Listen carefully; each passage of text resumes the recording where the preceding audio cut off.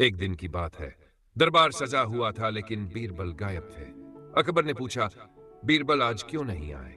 पता चला साहब किसी तांत्रिक के पास गए हैं जो इंसानों को जानवरों में बदल देता है। तभी कुछ सैनिक एक बकरी को पकड़कर दरबार में हाजिर हुए। अकबर ने चौंक कर पूछा, ये क्या है? सैनिक बोले, महाराज, ये बकरी बीरबल जी के घर के पास घूम रही थी और बड़ी गौर से हमें देख रही थी।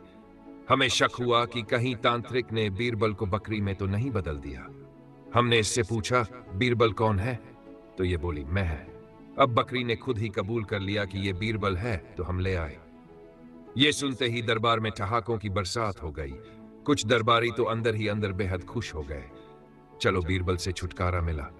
बीरबल से जलने वाले मंत्रियों ने अकबर को सलाह दी, महाराज, इस बकरी को शाही बकरी का खिताब दे दीजिए। आखिर बीरबल साहब हैं। कोई कहने लगा, इस बकरी को बादाम पिस्ता खिलाओ। कोई बोला, इसे राजगद्दी के पास ही बैठाओ। मतलब बकरी की वीआईपी स्वागत होने लगी। अकबर ने ऐलान किया, जो भी इस बकरी को फिर से बीरबल बना देगा उसे बड़ा इनाम दिया जाएगा। अगली सुबह से ही दरबार भीड़ से खचाखच भर गया। कोई खुद को बंगाल का तांत्रिक बता रहा था, कोई सिद्ध पुरुष, कोई वेद गुरु, लेकिन बकरी तो बकरी ही रही। ना कोई जादू चला, ना टोना काम आया। फिर आया एक अजीब सा बाबा। बाबा बोला, मैं इसे बीरबल बना सकता हूं। अकबर बोले, ठहरो, पहले ये पक्का कर लें कि ये वाकई बीरबल है या नहीं। अकबर ने बकरी से पूछा, हमारे दरबार में सबसे बड़ा चालाक कौन है? ये सुनते ही बकरी फटाफट एक मंत्री के पास जाकर खड़ी हो गई।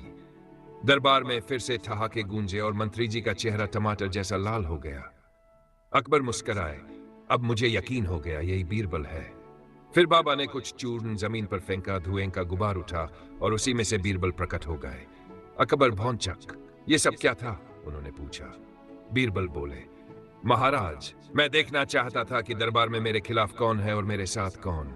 मुझे देखकर दुख हुआ कि एक बकरी को लोग रॉयल ट्रीटमेंट दे सकते हैं, उसकी चाटुकारिता कर सकते हैं, लेकिन एक सच्चे सेवक को गिराने में कोई कसर नहीं छोड़ते।